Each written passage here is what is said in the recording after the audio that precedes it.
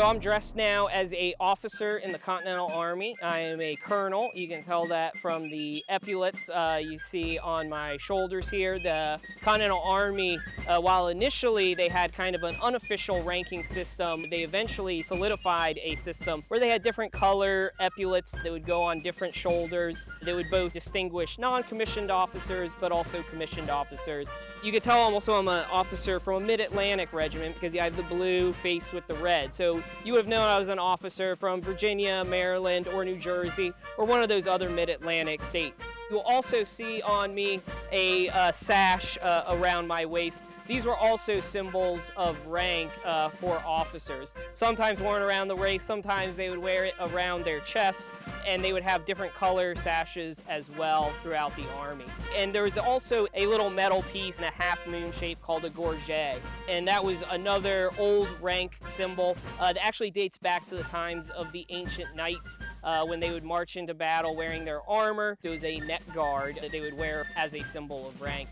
These symbols of rank, while they were important for men on the battlefield to know who their leaders were, it also pointed out to the enemy who the higher ranking officers were as well, and would often make them targets on the battlefield. Commissioned officers wouldn't carry muskets onto the battlefield. Instead, they would carry sidearms such as a sword. Now, the swords that they would carry could be used in combat, but oftentimes they were carried by the officers to keep their men in line as a way to show direction. But occasionally, while in a bayonet charge, they would engage in hand-to-hand combat. In addition to sidearms such as swords, officers would also carry pole arms such as spontoons that could also be used to help keep soldiers together on the battlefield.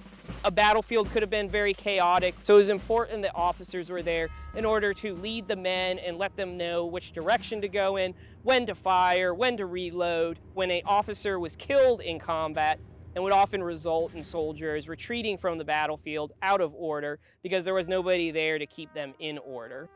When the Revolutionary War armies were gathered together, they would be recruited into companies. About 60 men would make up one company in the Revolutionary War. You would have about 10 of these companies within a regiment. Within each company, there were non-commissioned officers, such as sergeants, ensigns. Within the one regiment of 600 men, you would have lieutenants and you would have captains. You would have a lieutenant colonel and a colonel who would be in charge of that regiment. Those regiments would then be put together in a brigade. So you would have 3 or 4 different regiments in a brigade, and those brigades would be led by brigadier generals. And then you would put 3 or 4 of these brigades together to form a division. And in charge of that division was a major general. And then multiple divisions in one army. You would have an army commander on top of that. In the Northern Theater, you're going to have George Washington in charge of the main army, but you had other generals in charge of armies in the Southern campaign, such as Nathaniel Greene.